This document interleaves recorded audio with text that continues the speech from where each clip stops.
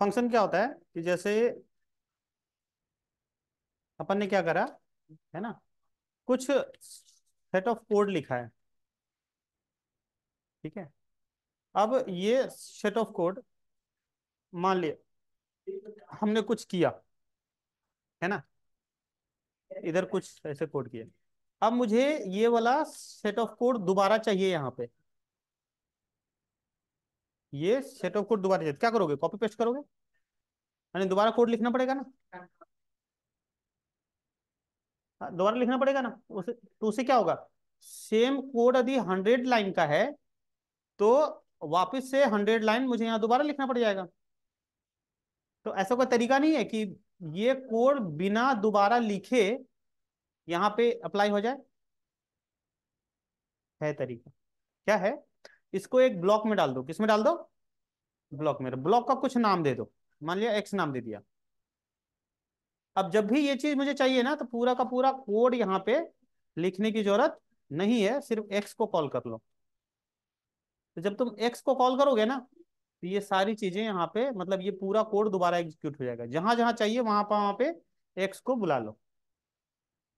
तो क्या हुआ? नंबर ऑफ लाइन कोड का घट गया ना। समझ में आया? ये बेनिफिट। तो जब भी हमें अपने प्रोग्राम में कोई सेट ऑफ कोड रीयूज करना हो, क्या करना हो? रीयूज करना हो। ठीक है। तो उसे हम एक ब्लॉक में डाल देंगे और उस ब्लॉक का कुछ दे देंगे नाम, और उससे एक्सेस कर लेंगे।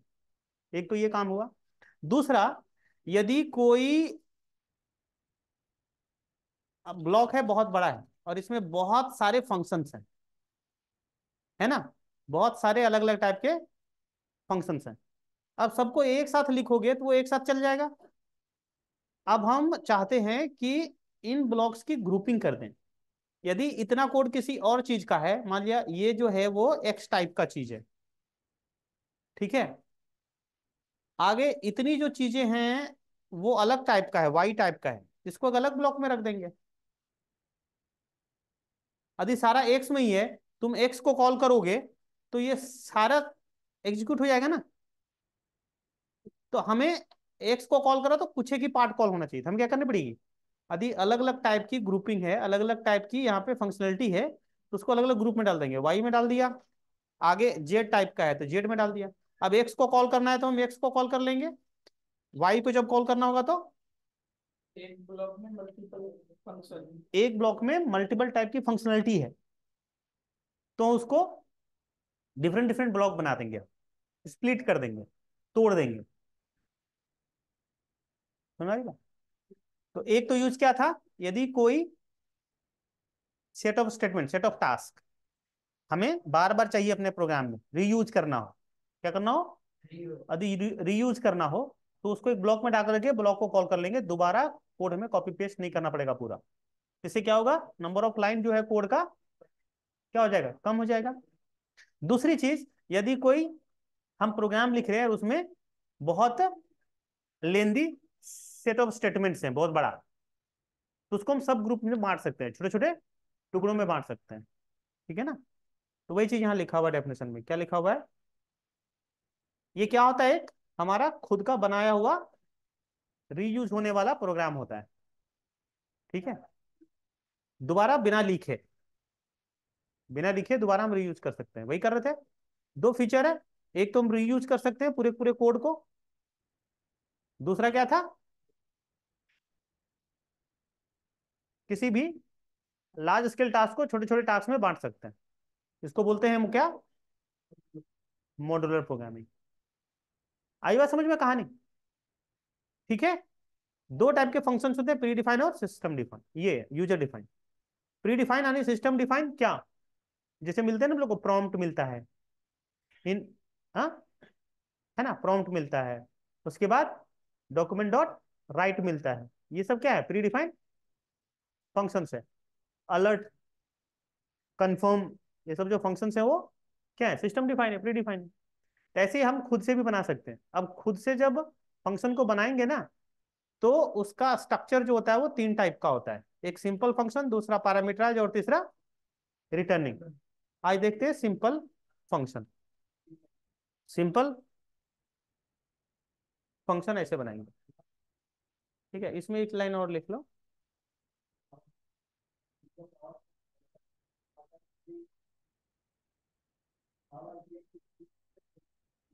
That would reduce the number of line, reduce the number of line। ठीक है, मीन वाइल अपन क्या कर सकते हैं, है ना, साथ ही साथ कैन स्प्लिट या सब ग्रुप द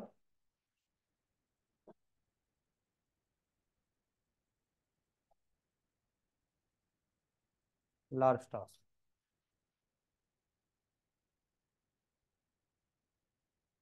या स्टेटमेंट्स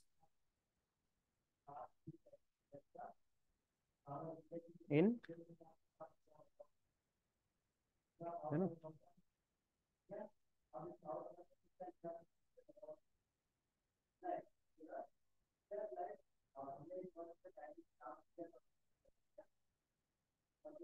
द लार्ज टास्क और स्टेटमेंट्स।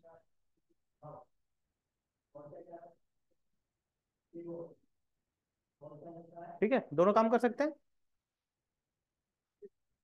अब चलो इसका अपन प्रोग्राम करके देखते हैं।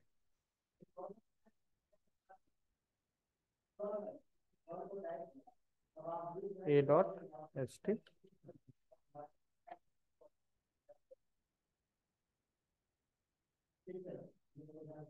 ठीक है।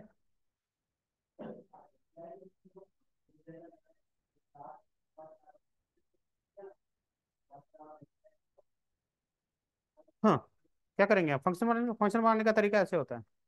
फंक्शन, है ना, फंक्शन का नाम कुछ भी दे दिया, सपोज ऐड दे दिया। ठीक है, तो अपन ने यहाँ पे लिख दिया ए इक्वल्स टू, इनपुट करवाना हो तो इनपुट करवा लेना, है ना।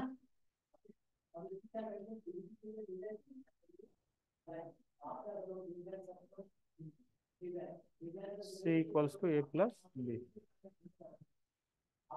ठीक है, और डॉक्यूमेंट डॉट राइट। ठीक, ऐसे जितना चाहो बना लो,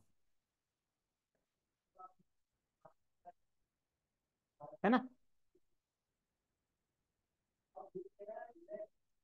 सब फ्रैक्शन का यहाँ पे क्या हो जाएगा, माइनस, यहाँ पे क्या,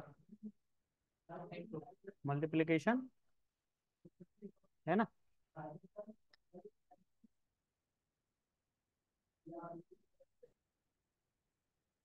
एरिया निकालना चाहते हो तो यहाँ पे एरिया निकाल लेना,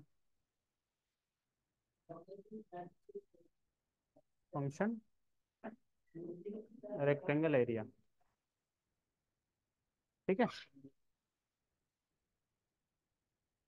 है ना, क्लियर है, हैं? ऐसे उसमें ले लेना,